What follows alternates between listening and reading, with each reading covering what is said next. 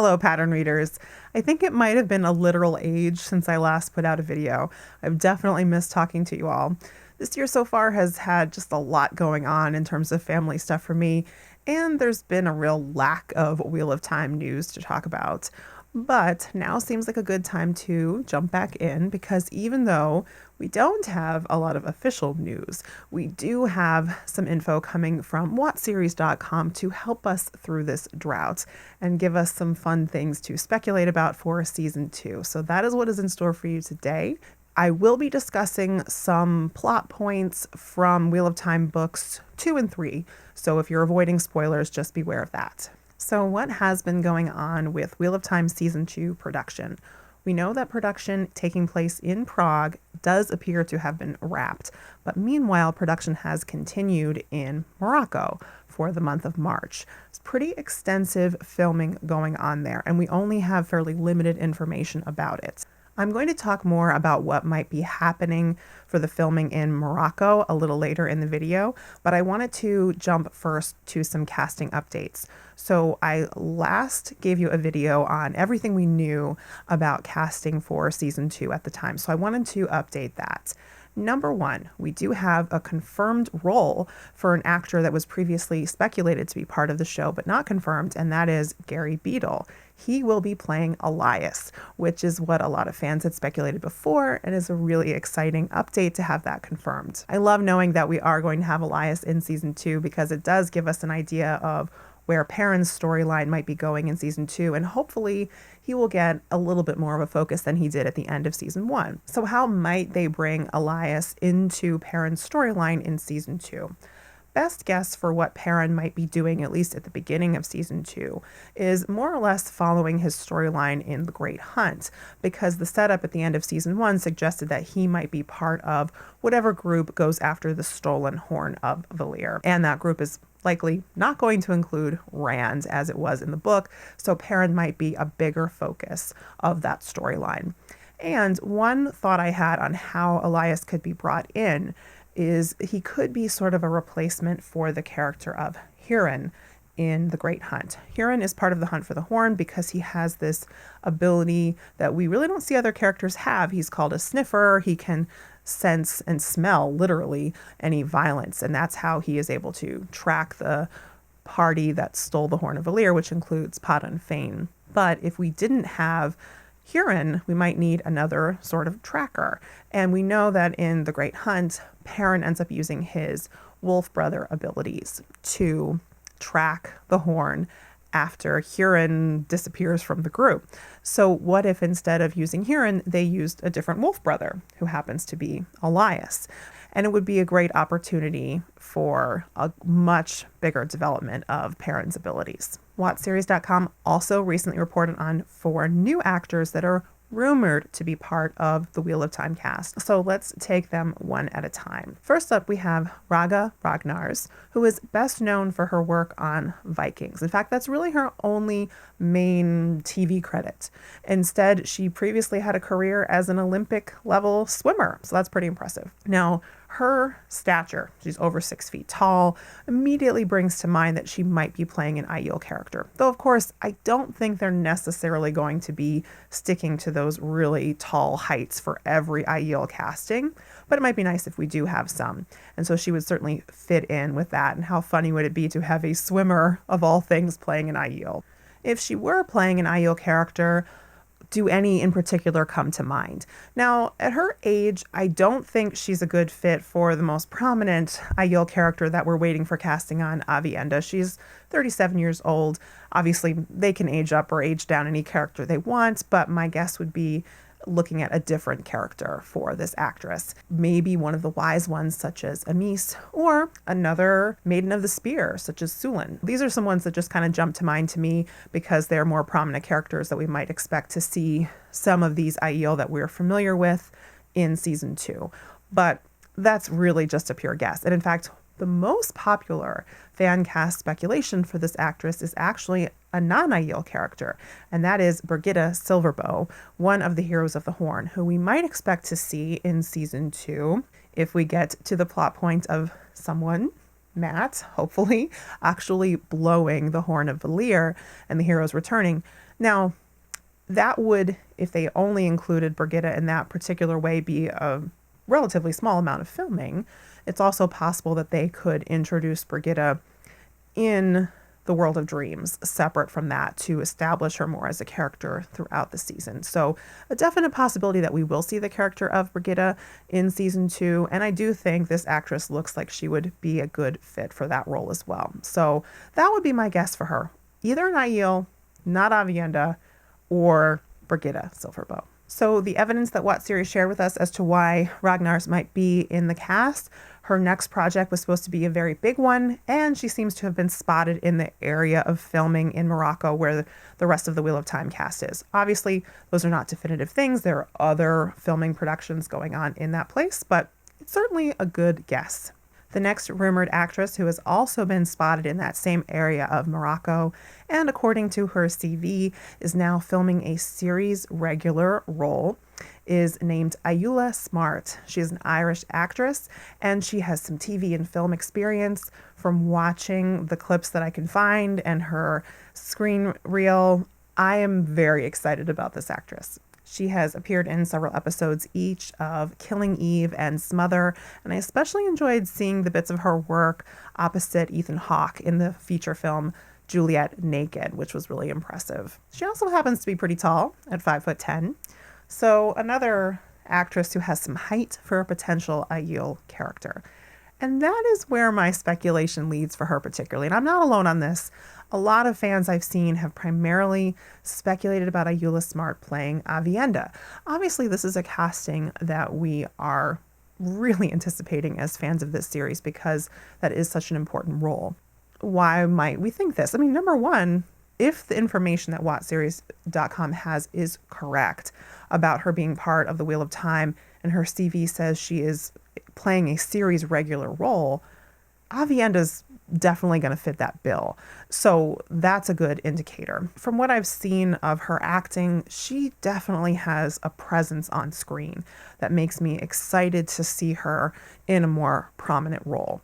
So I do encourage you to go watch some of those clips, which I will link for you. I just really enjoyed watching her on screen. Moving on to our next rumored cast member, we have Duffy, another Irish actor. He's not particularly well known for his acting work yet, definitely a newcomer. He's had some work in a few different TV shows, but his father actually happens to be a fairly well-known musician performer, and he gave an interview where he talked about how his son had landed a dream role in the biggest streaming show in the world, which last year was The Wheel of Time. So hopefully that speculation is correct. Now, looking at this actor, for me, the role that definitely came to mind first and foremost was the role of Gawain Trakand, brother to Elaine, who we already know has joined the cast. So a very likely cast member in season 2. Some other possibilities that have been discussed are Elaine's half-brother, Galad. Now, he doesn't necessarily match Galad's description as much in terms of, hair color and things like that, but those things are easily changeable. He still just kind of has more of a fitting demeanor or look for Gawain to me, but we'll see. And then another possibility is another Aiel character, such as Gaul, who we could easily see come involved with Perrin's storyline as he does in book 3. So I would definitely lean towards Gawain, but there's certainly other possibilities for him in the cast. Our final speculated cast member is Xelia Mendes-Jones, and they are fairly new to the acting world, but have worked as a model. Now, according to WhatSeries.com information, they are working on an unspecified Prime Video show.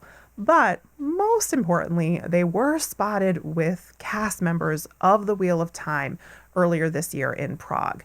So definitely a good bet that they are part of the cast. But a little harder in this case, I think, to speculate about who this actor might be playing. I've seen lots of ideas thrown out there for fan casts. I think it's hard when we don't have a lot of information to go on. In terms of a character description, the short dark hair did kind of make me think of Egianin. This actor is young, so, that's another thing that might lead in a particular direction. I think their look is flexible enough that it could go towards a lot of different roles. I've definitely seen fan casts for one of the Forsaken, for example. Now, I'm not really leaning in that direction because I do think this actor is very much on the young side. And I would like to see that the actors playing Forsaken have a little bit more age to them. So that's just my personal preference.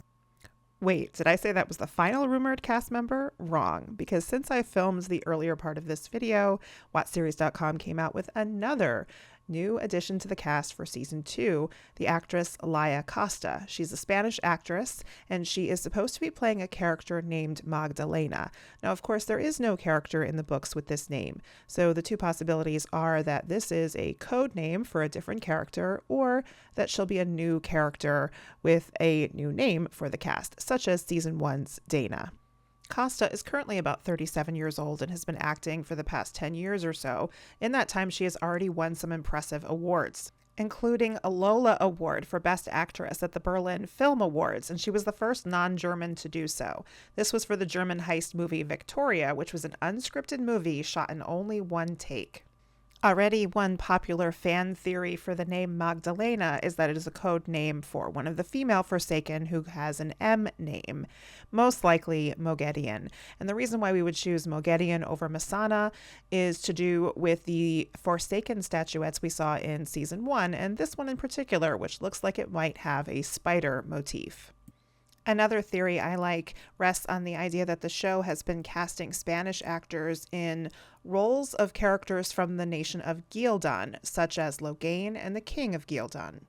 Now, that doesn't leave a lot of actual options, and a couple of these are unlikely to be introduced so soon. The likeliest possibility here is the member of the Yellow Aja named Chesmal Emery, and as we find out, primarily in Book 3, she's actually a member of the Black Aja. So this is a fun theory because this character could easily be introduced in Season 2, but no guarantee of that whatsoever.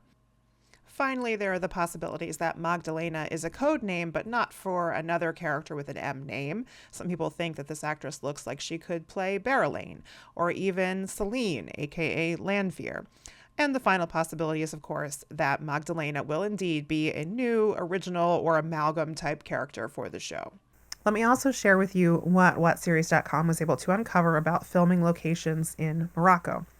So there are 2 specific locations that we do know filming was taking place at. One was called the Fint Oasis.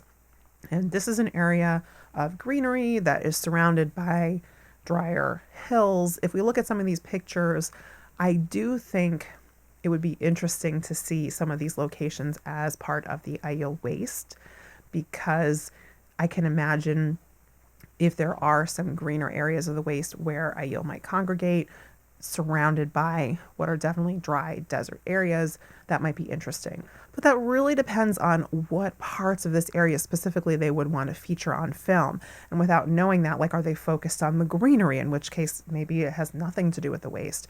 If they're not just showing it as this kind of small area of green within a much drier desert area, that wouldn't really work. So some of the filming seems to have involved horses and also some sort of seat or throne on a dais.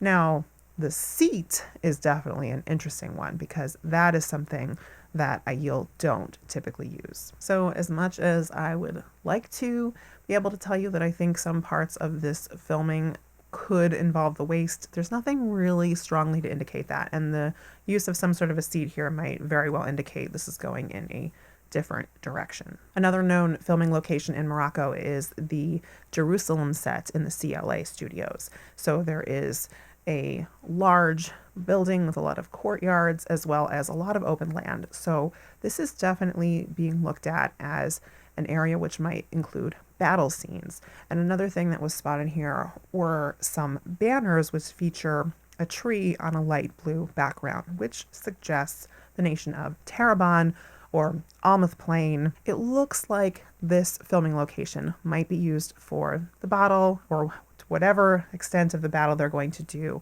at Falma.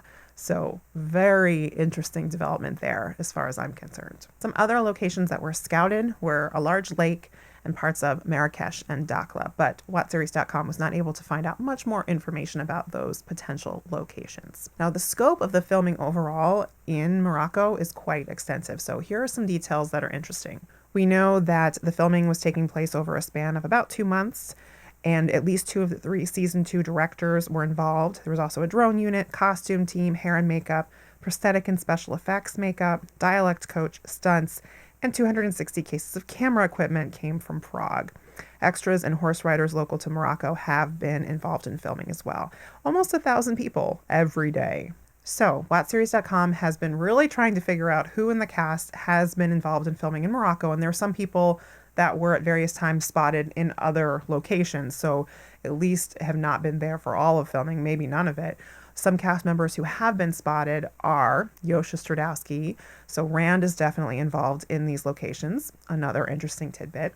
And then also Karima McAdams, who is a speculated member of the cast I've discussed previously and speculated could be playing Celine. And let's not forget that new rumored cast members Ayoola Smart, Ragga Ragnars, and also, as recently reported by WatchSeries.com, Jay Duffy have now been spotted in Morocco as well. One more filming location I want to talk about before I get into some speculation about how Falma will factor into season 2. This was a location back in the Czech Republic, so it's been a while, but some filming did take place at the Chateau Karlova Karuna in this marble hall. And most interesting, there was a marble seat that had featured in season 1 that was spotted on set. Now, the only thing that comes to mind for that, of course, is the Amerlin seat itself. Now, what would the Amerlin seat be doing in a location other than the Hall of the Tower, which we've seen it in before? It raises some interesting questions in my mind. Now, could this be a different part of the White Tower, and maybe there's a similar looking seat that she uses in another location? That seems a bit odd. I mean, would she take it with her if she went traveling? So could it mean that Swan is going out of the tower, and would the seat itself be making those travels with her?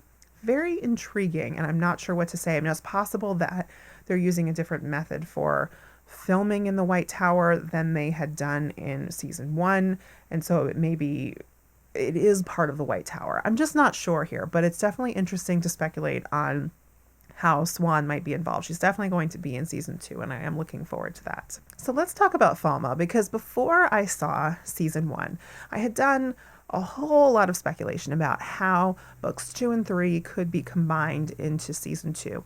And we've since learned that season 2 is definitely going to be a sort of combination of these 2 books, essentially. Obviously, some differences there, and not necessarily all of these 2 books, and there might be other parts involved. But we do know that some characters are going to be more or less following a book 2 plot versus a book 3 plot. So there's going to be some combination there. And I had speculated that perhaps Falma as a location could actually be removed from the show, and a lot of things could be moved to Tyr for the climax of the season instead. So that does not seem to be the case here, given the information we now have about what's going on in the filming in Morocco. So Falma is going to figure in. Now, I've talked before about the problems I see with trying to, let's say, do the plot of book 2 in the first 4 episodes and the plot of book 3 in the second 4 episodes. So then if they were to do that, Falma would be sort of like a mid-season climax. The problem I see with structuring the season that way is the level of repetition that you have in some of the plot lines of book 2 and book 3, so that the first half and the second half of the season are retreading a lot of ground. And I don't really see that working very well. I think things need to be a little bit more fluid and a little bit more mixed, which might mean that Falma perhaps still could be a sort of mid-season peak. But maybe we don't have to think about it as every character that we have at the end of book 2 being in Falma has to be there in the middle of the season. Instead, you're definitely going to have characters on different paths, and trying to like reunite them in the middle of the season and then split them up again and then reunite them again at the end of the season doesn't make a whole lot of sense. So maybe only some of the characters are in Falma, and then those characters move on to Tyr, and other characters have their arc that brings them into Tyr at the end of the season. So that's kind of more where I'm leaning to now at this point, and I will go into a lot more detail on that when I pull some other things together and do a separate video on that. But I just kind of wanted to reiterate my point that I still think doing separate plots, like arc of book 2 in 4 episodes, arc of book 3 in 4 episodes, is not a good idea, and that things need to be a little bit more fluid and mixed like that. So we do know that Falma is going to be in the show, and it seems that Rand is going to be there, and it seems that the Shan-Chan are going to be there, because those some characters who are seeming to be Shan-Chan have also been spotted in that area. So I think we're going to have some Shan-Chan in Falma. That makes sense. That's pulled from the book. So based on what we know about the actors that are likely to be there, I think it would be interesting if, let's say, Rand and Celine's plot take them to Falma, and perhaps he encounters Shan-Chan there, and there's some of that plot from book 2. But I don't necessarily see the same possibility of getting everyone there. So getting Perrin following the horn all the way to Falma, for instance, getting Matt there, getting all of our White Tower people there, seems like a tall order for midway through the season. So what if a lot of that stuff does get shifted to Tyr? And then Rand is maybe the only major character who is in both Falma and Tyr throughout the season. I'm definitely going to lay that out in more detail in another video, and especially if we get any more information to add to this. But I wanted to just kind of put that out there and get your thoughts as well. So do you agree? If you haven't watched my video where I talked about why I don't like that structure of 4 episodes for book 2, 4 episodes for book 3 in the second season, I do recommend that you watch that. So go check that out, and why I laid out why I don't think that's a good idea, because I still feel that way, even knowing that Falma is going to factor in. The other possibility, that I should throw out here is that, well, maybe we're not doing Tyr. Maybe Tyr doesn't happen in this season, and we don't have the Fall of the Stone and Kalendor from book 3. I have to say I'm still not on board with that idea either, just given the nature of how quickly this adaptation needs to move, I think. And also the fact that Rafe has said we're going to have some book 3 plots in this season. So I feel that we are going to get that. And it's really just a matter of how to structure the season so you can move people to where they need to be and the plot lines don't get repetitive in the first and second half of the season. So check out that other video, and definitely look for my updated video, which will involve all this new information from season 1 and the speculation we have for season 2. I can't be too confident about what my release schedule is going to be for upcoming videos. Hopefully, when things calm down a bit, I will get back into a regular release schedule, and I will keep you updated on that. Definitely helps to be a subscriber, and especially if you turn on notifications, because then you will know when I put out a video. So I hope you will do that and leave me a comment. Thank you for watching. Now you came in peace. Now depart in peace.